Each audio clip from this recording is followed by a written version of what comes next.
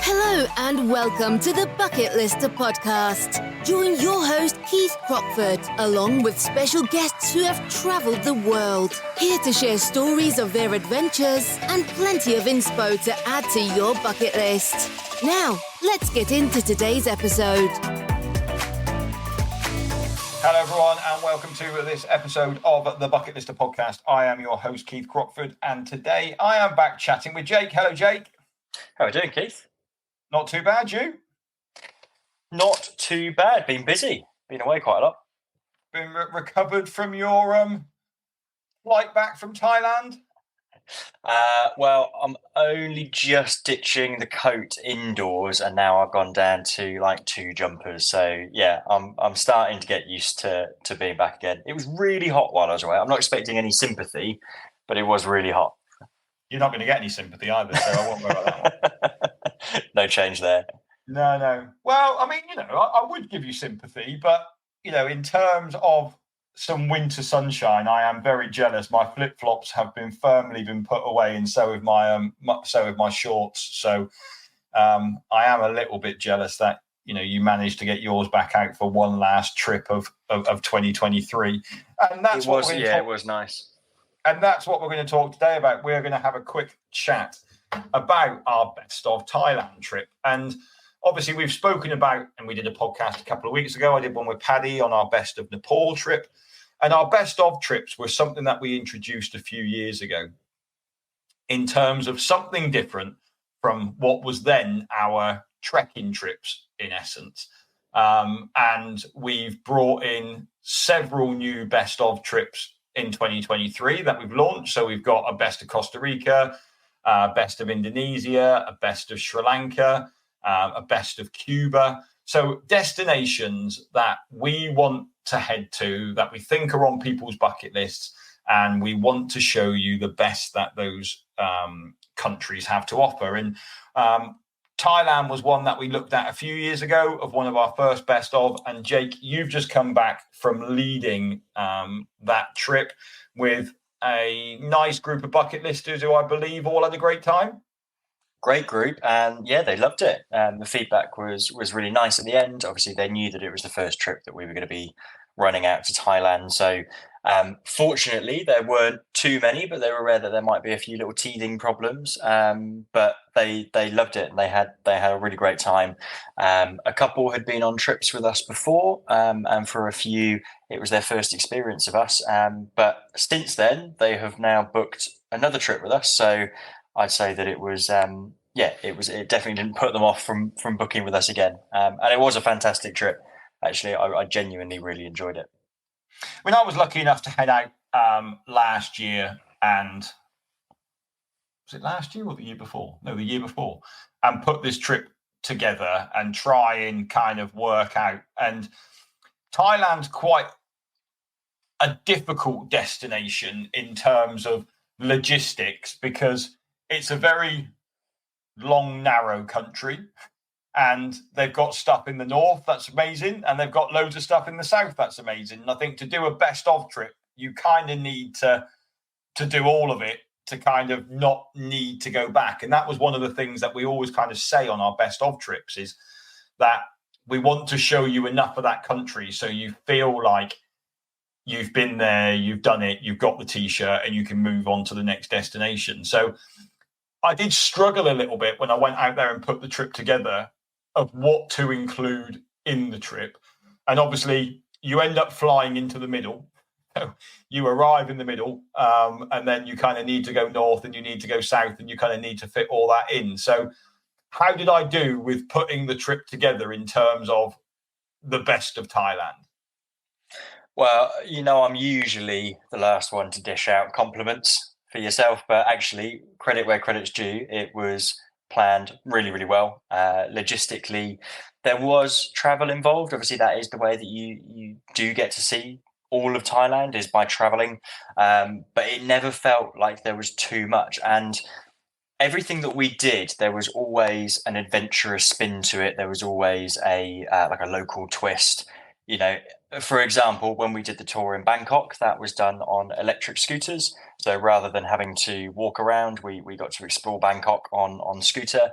And that was a really fun way to go and do a tour. And we stopped off regularly and had interactions, and stopped off to feed some turtles and eat some food and all the rest of it. So that was great. And then even when we got to Chiang Mai, and there was a few transfers in Chiang Mai, rather than sitting in kind of what you would imagine a typical coach or bus to look like, rather than traveling that way, we actually traveled in really traditional local taxis, which are essentially pickup trucks with a canvas roof over the back of where the flatbed would be, and two benches running parallel along the side. And it looks a little bit like one of those military wagons that you would see them all in. And I remember when we got out the airport, and these two jeeps, if you like, pulled up, and the group was looking at it and thinking, "Oh my God, is that what we're going in?"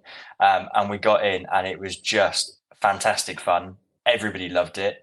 It was surprisingly, in my opinion, quite a comfortable journey that we did. A couple of hours to the elephant sanctuary, and it just gave us it. It made the traveling feel like an experience. So you weren't sat there thinking, "Oh, now I've got to travel X amount of time to go here." You were actually looking forward, because it gave you a different experience. Yeah, I think it becomes part of the trip rather than just a way of getting there, doesn't it? You sort of feel more involved. It wasn't just a means to an end. It was actually, for a lot of people, on their highlight reel of the entire trip was the ways that we traveled around. And I mean, you land in Bangkok to start with, and that is, of other destinations that we visit, like Kathmandu, in places like that, Bangkok is kind of on a bit of another level, really, isn't it, in terms of the hustle and bustle. And I mean, it's everyone's seen the film The Hangover, and there is a hangover tour that you can do in Bangkok. But how did you find Bangkok? I find Bangkok, or at least my opinion of it, was that it was two different cities in the day and night. That's just was my experience of it. We went and did the day tour, and it was incredible. Got to see some really amazing sights in local temples, and got fully immersed in the culture. Tours of markets, meeting people. Those were all things that I wasn't expecting to do in a busy city like Bangkok. Perhaps naively, but I was really, really impressed with how the tour was laid out, and the areas that we went to. And then at night, for those that chose to go out and explore more of the nightlife, it was a completely different city. Just really busy, bustling, loads of people. The sort of nightlife came alive. And the way that I would describe Bangkok is a little bit of a melting pot of countries, culture, people. There's people from all over the world. As you were walking through, you were hearing American accents, German accents, French, like whatever it, not even just European, obviously, but all around the world, all congregating in these areas. So I was really glad that I got to experience Bangkok both during the day and at night. I thought I got to see two sides of quite an incredible city. I think the one thing that, obviously, the food and the street food in Bangkok is just on another level. When I went, you were walking along, and then the guide would be like, "We'll go in this one. It's a Michelin star restaurant," and you're like, "What?" And then on the wall, they've just got like a rosette, like where they're famous for one dish and one dish only, and you go and have that one dish in that one, then move on to the next. And I kind of love that about the whole thing in Thailand is you don't go and sit down for a meal. You kind of just go and eat a little bit here, and then you move on to the next one. You eat a little bit there, and for you, it must have been perfect. Just that is my style completely. I was so happy. All of the night markets when we went to, I'm jumping ahead a little bit, but Chiang Mai had a massive night market, and that was a case of just every 5 meters we were stopping again. But there were just entire sides of the street lined with pop-up food places. And Bangkok was one of those that when we did the food tour, when we did the tour of Bangkok, and then we stopped for lunch, and our local guide Leo basically stopped us at this restaurant. I say restaurant. This sort of just wagon on the side of the street with a little umbrella and a duck in the middle that he's cooking. It was really bizarre, and he was like, "Oh, this is really good." And we sat down. The food was incredible. And I asked him. I sort of said, "Well, as a tourist, how would I know which street food places are good to go and eat and which street food places aren't necessarily the best one?" And he went, "No, they're all good. They're all good." He went, "Some are better than others, and you learn that by living here and people talking to each other." He said, "But they're all pretty good." And that was just Bangkok. But when we went into the night markets of Phuket and Patong and Chiang Mai, that was just much more concentrated. They were just it was brilliant, and it's also cheap as well. I think I was worried that I'd be going off and spending an absolute fortune to go and experience all of those things, but Thailand is such a budget friendly destination that I really would say to everyone, like, to have an incredible time, you don't need to break the bank. And how did you eat anything? Did you go down the scorpion route or the?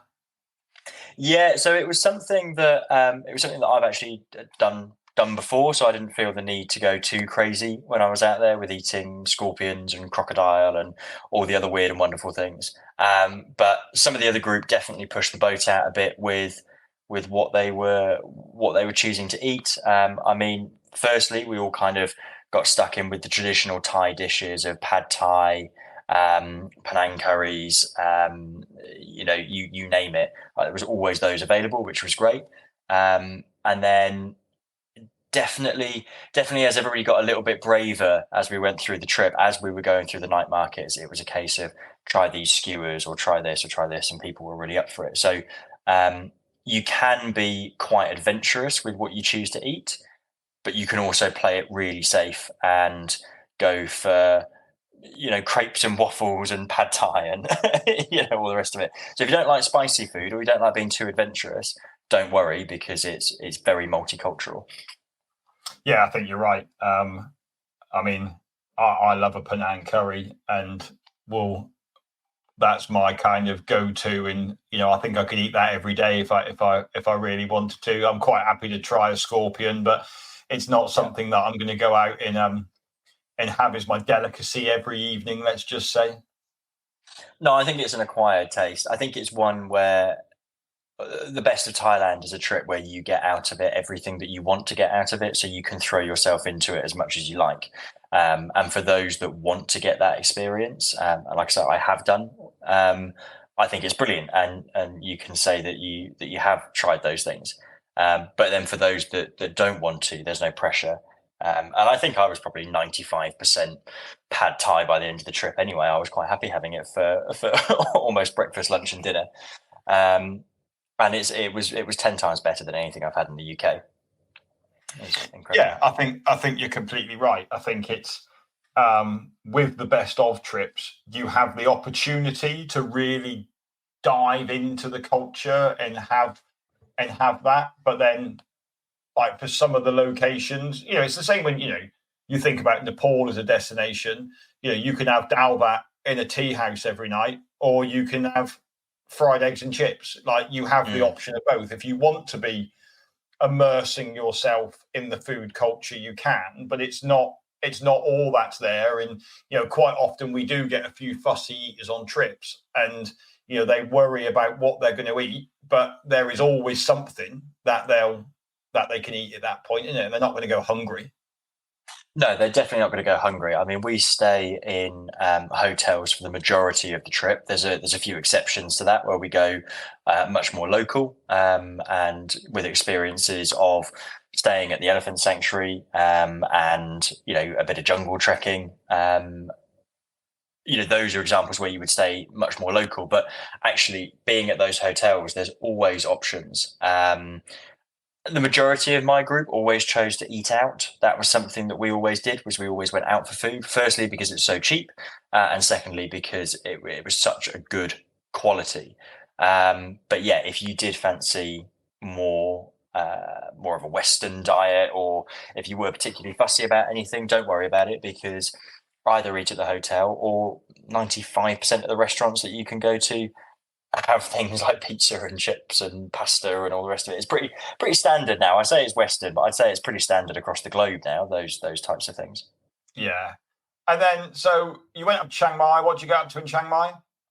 So Chiang Mai was, and I'm trying to think back now, because we did so much across the entire trip that sometimes it was hard to place where and what things happened. But Chiang Mai was the elephant sanctuary, and also some bamboo rafting, and the big night market that happens on a Sunday in Chiang Mai. So Chiang Mai just exploded with people and markets and all of that. So when we first arrived in Chiang Mai, we transferred. So we had to get we got a short haul flight over, and when we arrived, it was a little bit late, so we just went straight out for dinner.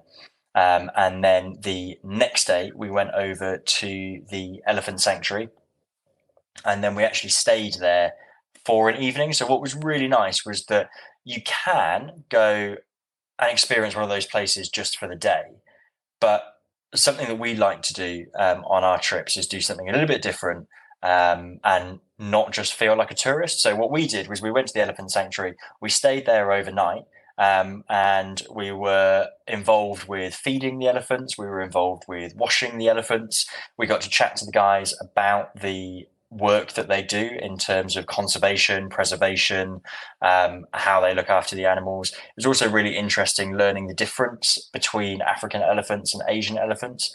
And we were catered for at the sanctuary. I think, although it was basic accommodation, they fed us so well. It's incredible what they could cook over a small gas burner. And we had, again, lots of pad thai, brilliant breakfasts, eggs, sausages, ham, all the rest of it.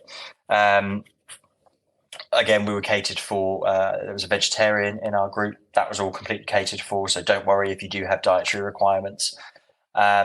And then on the way out the following day, it's important to say as well, though, Jake, that the elephant sanctuary is a rescue sanctuary as well, isn't it? They are taking they are taking in elephants that have been used in the tourism industry, that have been used to be ridden. They are no longer up to that, and then they're just, they need rescuing and looked after so they can see out their lives. And that's the kind of experiences we're looking for, and I know it was important to me when I went and toured around Thailand to find elephant sanctuaries that, their priority wasn't tourism. Their priority was the welfare of the elephants, and the tourism part was there to support the work that they were doing for the elephants. I mean, I drove past some what looked like amazing places, but you could see where the money was being spent from the tourists that were going there. And I know what you were saying about being at basic accommodation, etc. And the purpose of that is because the money that's being taken in from us going and visiting there is not being spent on the facilities that we're getting. It's being spent on looking after the elephants and making sure that they're having the best lives they possibly can have and see their lives out. Absolutely. And the place where we stayed, they said to us that it wasn't government funded. All the money that was being used was going back on the elephants. And they did tell us they were all rescue elephants. They told us about families of elephants that they'd rescued, and what they'll do is they'll save up to go and free these elephants from those situations and give them the best life possible. Well, and obviously by educating tourists coming in about sustainability and about avoiding those places that are just used for people to make money, then we were able to go out and after learning about those things can now educate others. And I think that's really important as well, because I think the thing that shocked me most of all was the fact that they are buying these elephants. Like they're not being like donated because they're no good to anyone anymore. Like people still see that this elephant has got there is a cost to this elephant, and we're going to sell it to you. If you want to rescue this elephant, you're going to need to buy it off us. and it's not a cheap price either that they're buying these elephants for. Like it was crazy. Not at all. They're incredibly expensive. So the centres are having to put the majority of their funds towards purchasing the elephants. And actually, it doesn't just stop there, because I was really shocked, and I can't remember the exact figures, but I was really shocked to hear, first of all, just how much the upkeep of an elephant costs. In terms of food, in terms of water. I mean, the water was shocking as well, just how much water they need. So and staff and vet bills, so all of these things that they take into account. But I think Thailand's definitely taking steps in the right direction with this, and more of these sanctuaries are popping up. So yeah, hopefully we'll keep making good progress. Yeah, I think you're definitely right. And then what? So you finished with there. Then you went for a day of trekking. So we finished there. We actually got on some bamboo rafts and did a bit of I say whitewater rafting in the loosest sense, but we did a nice bamboo raft down the river. There were a couple of little rapids. I mean, at one point, the guide on my raft fell in. I had to get back on the raft. But yeah, there's a point where we were sailing down, and as we turned around to take a picture, we heard this splash, and he's then floating past us. But we finished that off, and that was a really good fun afternoon. And then we went to Koh Sok. So Koh Sok is more of a jungle area, and that was where we actually headed up into to stay with the hill tribe. So that was quite an incredible experience to have. So we managed to do a little bit of trekking, which was quite good. If people are weighing up doing a trekking trip or coming on one of the best ofs, there is a little bit of everything in there for people. So we started off, when I say jungle trek, it wasn't too strenuous. It did start with quite a steep ascent up into the trees and then down the other side. But what was really special about the half a day's hiking that we did was that we were definitely going where groups don't go. In fact, the guy that was taking us has said, "Yeah, you're the first group that I've taken this way." And we came across this waterfall that was hidden away, and it was such an incredible view. And that's where it was a really surreal moment where we just came across this waterfall, and it was absolutely amazing. And then we ended up having lunch, which was this pre-prepared sort of like an egg fried rice that had been wrapped in palm leaves into this parcel. And we're just having this rice wrapped in palm leaves by a waterfall in a jungle where nobody's really been to before, and that was quite special. And when we went a little bit further up, we got to this big rock pool, and the guide said, for anybody who wants, we can have a little bit of time. If you wanted to go for a swim, you can go for a swim. And everybody was quite hesitant. And this was really nice about the group coming together. Everybody was a little bit hesitant until one person decided that they were going to go in, and 2 minutes later, the entire group was having a swim, having a laugh, messing around, and just enjoying quite a special moment where there wasn't the sound of anything else. We were the only people there. We could see an entire jungle. We were quite high up, so you could see an entire jungle out in front of you. And that went down as a highlight on a lot of people's highlight reels of the trip. And then we carried on trekking until we got into our night's accommodation, which was only an extra hour or so. From there, then, it was time to visit the coast. So from there, it was time to visit the coast, and quite a stark difference, I would say, from the very, I'd say quiet, but obviously jungles are still a little bit noisy, but nowhere near as noisy as Patong and Patong Beach. So we went to Phuket and we drove down to Patong. And when I remember having a chat with you, and obviously you've been out and done the recce, and I remember saying, Bangkok's quite mental at night. And you said to me, you went, "I'll wait till you get to Patong because that place is really crazy." And I thought, there's no way that it could possibly be. And when we got there during the day, and the beach is incredible. Loads of people out on the beach. Just a really fun place to be. And I was thinking, yeah, this isn't too bad. Anyway, I then went out for I was coming back from the beach, and it started to get a little bit dark, and instantly it was like a different place. Bars were popping out of places that I didn't even know like existed. It was like the street was, I actually had to question whether I was still walking up the same road because it was so drastically different. And a big building that I didn't really pay much attention to had suddenly become Thailand's #1 nightclub, big signs, all that sort of stuff. And they had, I don't know if you would know, but potentially people who are listening, they had Steve Aoki performing on a set at that nightclub. So it just became a really vibrant, fun place to be at night. And in contrast to that, when we then woke up the following morning and we went on a tour of Phuket, of Patong and Phuket, we were shown around by this incredible tour guide who showed us the old town. We visited this museum and we heard about all of the people coming into Patong and setting up their lives, coming across from other parts of Asia, and we kind of got to learn their story. And there were more temples and more food. It was a fat tour, and that's not just because I was on it. It is a food, art, and town tour. Just before you get in there with that joke. No, you didn't. But we got too warm to put your fat coat on, wasn't it? You couldn't have your fat coat on. It was too warm for a fat jacket, so I ended up having to stick with t-shirts and shorts. I was going for the Keith uniform, North Face t-shirt and a pair of Durastone shorts. Exactly that. Other brands are available, but there you go.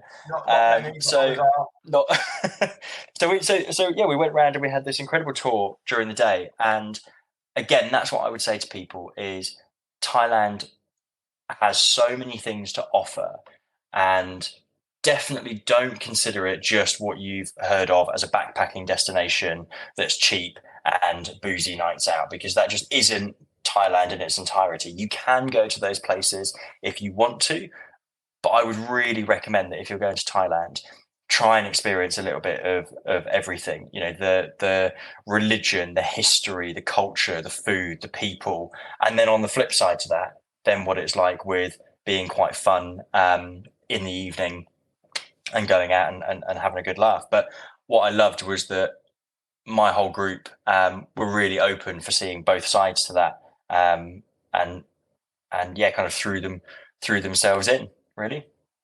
Yeah, I always remember when I went out there and met the guy Steve who was showing me around. I remember when I met him in Bangkok, and he said to me, "Right, do you want to see Thailand or do you want to see the real Thailand?" And I was like, "I'm happy to see the real Thailand." He said, "Well, that gives us so much more scope and we can do so much more then." And like you just said then, there was both ends of the spectrum of the culture and everything thrown in with. Well, I think, as I've been saying, yeah, no, exactly. And as I've been saying on the podcast, you can definitely be flexible with this trip and get out of it what you want. So I'll give you a really classic example. When we got to Patong, two of the guys decided we had a completely free afternoon, we had a completely free evening. So I said to them, it's up to you to enjoy it as you like. Two of the guys went off bar hopping and, going and having a few drinks and going out for food. And they were talking about renting jet skis. So there was all of those things to do. And then another two people in the group went off for a massage and decided that they wanted to rent a scooter and go and have a look at some of the high points. So there's all of the different places that you can go and see. And you don't have to do one thing or you don't have to do another thing. It's really flexible with how you want to build your time. And although we had such a packed itinerary, it was a really busy itinerary, but there were still those moments where you could choose to do more of what you enjoyed or try something different. You could still make it your own. Yeah, that's exactly what I was looking for when we put the trip together. Is that nice mix, which is the same as what we had on the best of Nepal, which we talked about the other day. Of you had the set itinerary where if you wanted to go in do the tours, you could do. They weren't compulsory, but then there was enough free time that if you had done some research before you went and you saw some things that you wanted to do, then you could also go in, get on with those as well. From Patong, you didn't finish in Patong? We didn't finish in Patong. So it was one of those where it had been quite a busy 2 weeks, like I say, with things that we'd gone to go and see. So although it never felt too much, I was actually amazed with how much we had done when we were reviewing it. It was a case of going, oh yeah, we did do this and we did do this. So you know, it was actually really nice to then go across to Koh Lanta. And Koh Lanta is a much quieter island in comparison to Patong and Phuket. And there we had the option where for the group, they could decide whether they wanted to spend a couple of days relaxing by the beach or whether they wanted to go out scuba diving, snorkeling. We also did a day tour of Koh Lanta, which I put on for the guys at the end. And when we were there for the first few days, it was, an incredibly idyllic beach location, beautiful waters, great snorkeling, great diving. You can take a boat out for the day and go and explore these incredible places. I actually went out and we took a boat out, and one of the first places we got to, the guy took us snorkeling, and he threw this life jacket in. I was like, why do you need a life jacket to go snorkeling? We're only going to be snorkeling around the boat. He went, no, we're going into that cave. I was like, what? He was like, yeah, there's just, right, follow me. And we ended up snorkeling through this cave. It was pitch black. He had this head torch on.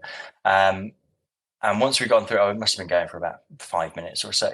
And then we popped out, and I'm going to find it really hard to describe it. So I'm sure pictures will be going up on social media at some point. But we swum through this tunnel, and then we came into this completely hollow shaft, if you like, that went all the way up to the sky.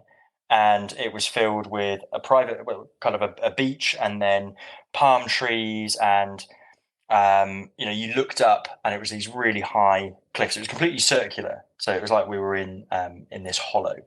And there was a whole story that he was telling me about how it had been used as like a hideaway for pirates back in the day, hiding gold and all the rest of it. Now, I don't know how true that is, or whether that is just one of those stories, but that was quite an incredible day out. And then once people had had their fill of diving and snorkeling for a couple of days, we then did our final tour of Koh Lanta, went to go and explore the mangroves, had dinner at a really nice restaurant, watched the sunset.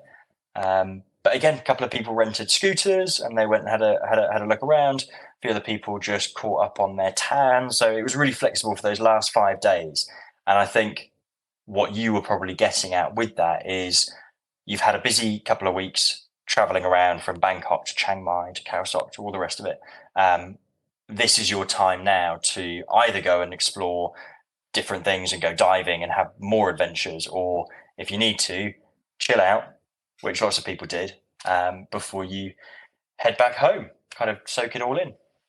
And then quick stop in Bangkok on the way back? One last night in Bangkok. So yeah, it was a case of we got back, and we had one last night, which was really nice. I don't think anybody would have wanted to go straight to the airport in Bangkok and flown home. It was so nice to be able to break that up. And yeah, we had one last night, and then we flew out a little bit later in the day, the following day. So that's when people had the chance to do any last minute souvenir shopping that they wanted to. I would say if you are coming with us, don't feel like you suddenly have to buy everything in Bangkok, because there are plenty of opportunities to buy those things as you're going through Chiang Mai, Koh Sok, all of those places. There's so many opportunities. And we did a nighttime jungle hike as well in Koh Sok. So many things that we did. And then yeah, so last night in Bangkok, and then we were off, sadly. I think the thing is, where the best of trips really come into their own is for those people, like you achieved so much in such a short period of time, like 2 weeks you're away, 16-day trip.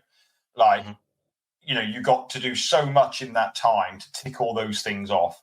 Same as when we did the best of Nepal trip, same when we're doing the best of Vietnam and Cambodia. Like, we are literally, like, I would say we're doing loads and loads of stuff, but I think what I really want to highlight is it's not a whistle-stop tour. You still have plenty of time to go and do the things that you want to do, see the things you want to see. Like, if you've done some research beforehand, then you've still got those options. Yeah, absolutely. I would say do a little bit of research before you go. And then if there are those things that you really want to experience, you can make sure that you take the time. Otherwise, someone like me who was going into it with a really open mind and just going with the flow, that was also great, because I got to just go, oh, well, let's explore this night market. And I really focus quite heavily on, we have incredible local guides on all of our trips. I really picked his brains and just said, Leo, where would you recommend? What would you suggest? And he was amazing at helping me choose places to go to. And some of the guys wanted to go and see a Thai boxing match. That was something they wanted to do back in Bangkok, so he arranged all of that. So definitely use the fact that we have local experts on our trips to your advantage, and you can definitely pick their brains. Well, Jake, it sounds like an absolute amazing trip. I'm glad I put it together, and I'm glad you had such a great time out on it as well. And I think it is just such an amazing destination, and one that if you've not ticked off before, or maybe if you've just gone and done if you've been to Thailand before, but you've just gone and done like the beaches, or you've just gone and done Phuket, then this could be a trip for you to go and see more of Thailand as well at that point. I'll put a link in the show notes to this trip. But yeah, I mean, do check out our best of trips, because they do really encompass everything that's best of a destination, which, as the name suggests, they are best of trips. Again, Jake, thanks ever so much for coming on. We'll be back on again next week with our year in review, where we're going to be bringing Dave on to have a chat and talk about all the trips from 2023. And see if we can remember any funny stories from anything that happened in 2023 on the trip. So thanks again for coming on. Thanks again for listening, everyone. I hope you've enjoyed this episode and hearing a bit more about our trips and our recent trip to Thailand. And like I say, if that interests you, check it out on the website. But until next week, thank you very much. Goodbye. Thanks for listening to this episode of the Bucket Lister podcast. Be sure to click follow to be alerted for next week's episode. For more travel inspiration, check us out at www.thebucketlistcompany.co.uk or follow us on socials. See you next time.